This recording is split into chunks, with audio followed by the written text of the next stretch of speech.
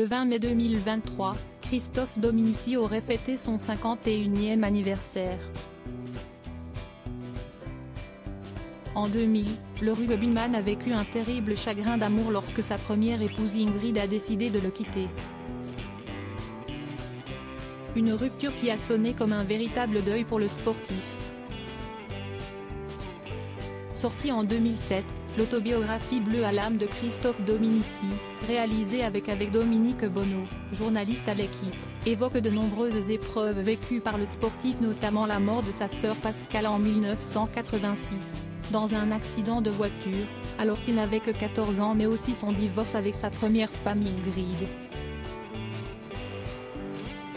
Selon les informations révélées dans cet ouvrage, l'ancien rugbyman aurait poussé à bout son ex jusqu'à ce qu'elle le quitte. Lors de leur rencontre, elle avait 14 ans. Lui était majeur. S'étant mis en tête de sauver son homme de ses démons, la jeune fille a souvent dû faire face à la froideur du sportif. Il se comportait avec elle comme un macho, un mec lourdeau qui refuse qu'elle devienne avocate. Quand ils sont arrivés au Stade Français, il ne supportait pas qu'elle soit copine avec les autres femmes de joueurs, il voulait sortir seul. Il refusait de lui parler de sa sœur. Elle lui disait, si tu restes bloqué sur la minute où elle est morte, tu ne pourras jamais vivre. Il l'avait envoyée balader. Il s'est fermé à elle comme à sa sœur, explique Dominique Bonneau. En 2000, elle décide de le quitter. Une séparation que Christophe Dominici vit comme un second deuil, d'autant qu'il perd également un ami à la même période. Bouleversé par le chagrin, il passe ainsi 24 jours sans dormir.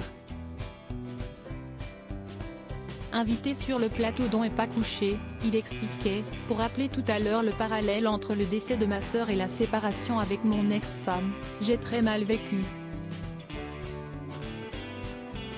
Je ne dormais plus et j'ai passé 24 jours sans dormir. Je devais continuer d'être performant au rugby, mais je n'y arrivais plus trop. Des médecins. Un ami à moi, Hakim Chalabi, qui est le médecin du PSG, m'a fait faire une cure de sommeil. Sieste, un sommeil artificiel pour se reposer, pour détendre les stress émotionnels et les émotions qui étaient à fleur de peau. Il a par la suite retrouvé l'amour avec son épouse Loretta Denaro, avec qui il a eu 2 petites filles prénommées Chiara et Maya. Pour rappel, Christophe Dominici est mort brutalement au parc de Saint-Cloud, Hauts-de-Seine, en tombant du toit d'un bâtiment de la caserne Sully. La thèse du suicide a été largement privilégiée.